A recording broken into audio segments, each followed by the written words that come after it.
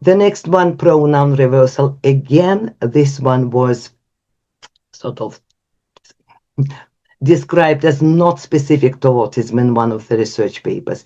Okay, not now, of course not, but my son learned to use the proper pronouns like I about himself and you about me.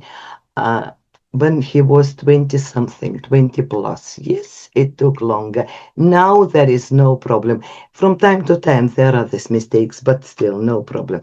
It takes them longer. And like Donna Williams said, it took her much, much longer than in typical development. And she said, just don't worry about it. Still, it takes time, but they start using proper pronouns, but it is very specific to autism because in typical development, yes, there will be this phase, but it is a very short developmental phase in typical development. Extreme literalness, we talk about it, right? And sort of, please mind your language, be literal as well while teaching them, or explain everything to avoid misunderstanding. Metaphorical language. Here it is not about metaphors as we understand them. It is their own metaphorical language. Like Peter, Peter, pumpkin eater, for example. This from Kana's example, one of his patients. It meant something from the kitchen. I don't remember the details. His mother was reciting this, trying to entertain him while cooking something, and she dropped something, and she was talking Peter, Peter, pumpkin eater. That's how the child connected what happened in the kitchen with this phrase. For him, it was describing the situation. And neologisms, right? They invent their own words, like pin lipster. It was lipstick, my son's language. Other neologisms, they sort of construct everything, uh, making it more logical for them. Affirmation by repetition, right? Sometimes you say something, they repeat it.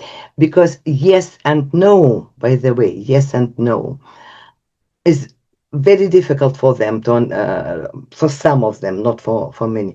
Yeah, because how can you touch yes or describe yes or smell yes or no? Sort of it is. So many of them start with repeating whatever you said. Do you want something, something? Do you want? They will repeat it back. The next one is repetitive questioning. One of the most difficult for parents, for example. When the child or adult repeats the same question again and again and again, knowing the answer, you know that he or she knows the answer, but again the same question. And first look around, something is wrong, something in the environment. When the child is sort of confused or stressed or whatever, uh, everything is unpredictable. What does he do? Very clever, by the way. That's what I'm saying. Autistic children, especially non-verbal echolalic children, are very clever. They find the solution themselves. They don't, perhaps they don't like, help us, help me. No, they find the solutions themselves, like my son and others like him. Like, if it is unpredictable, what do? They ask the question, they know the answer. Creating predictability, isn't it clever?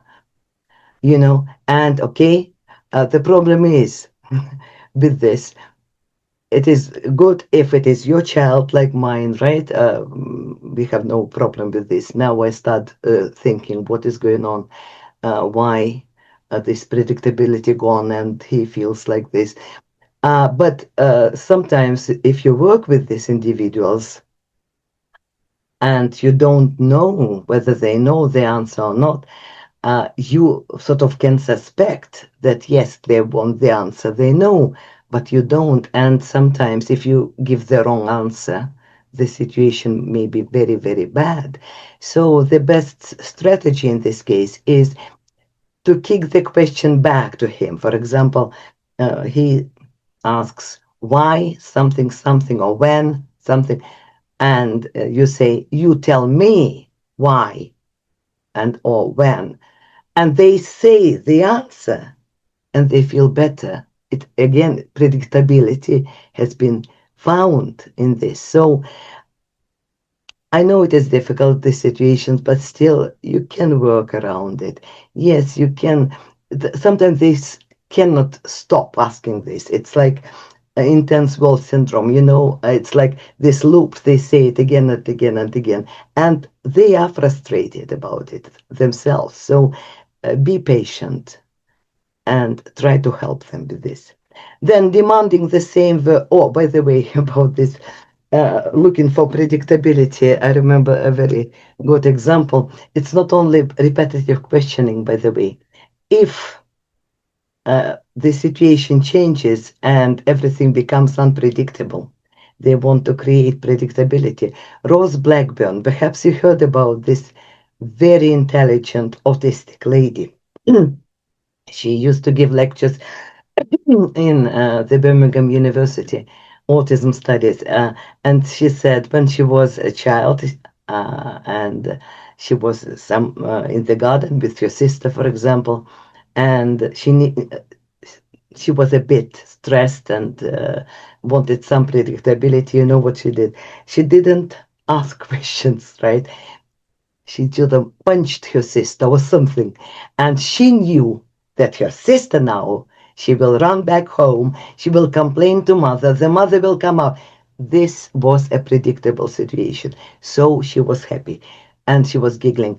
It wasn't because she was sort of evil or whatever. Oh, she is happy. No, she created predictability. She helped herself. Yeah, it wasn't very nice to her sister and whatever, but it wasn't sort of very dangerous. And anyway, the next one is demanding the same verbal scenario. Yeah, it is the same again. Say this, say that. They demand every situation. For example, the child won't get up in the morning because mother missed one word, like morning, get up, please, and whatever. Say this. It should be the same scenario again and again. And yes, you can play deaf, you didn't hear, and whatever. Uh, it takes time, but they do develop, they find it other ways to get up in the morning, for example, without all this verbal play. And autistic discourse style, for example, different two types.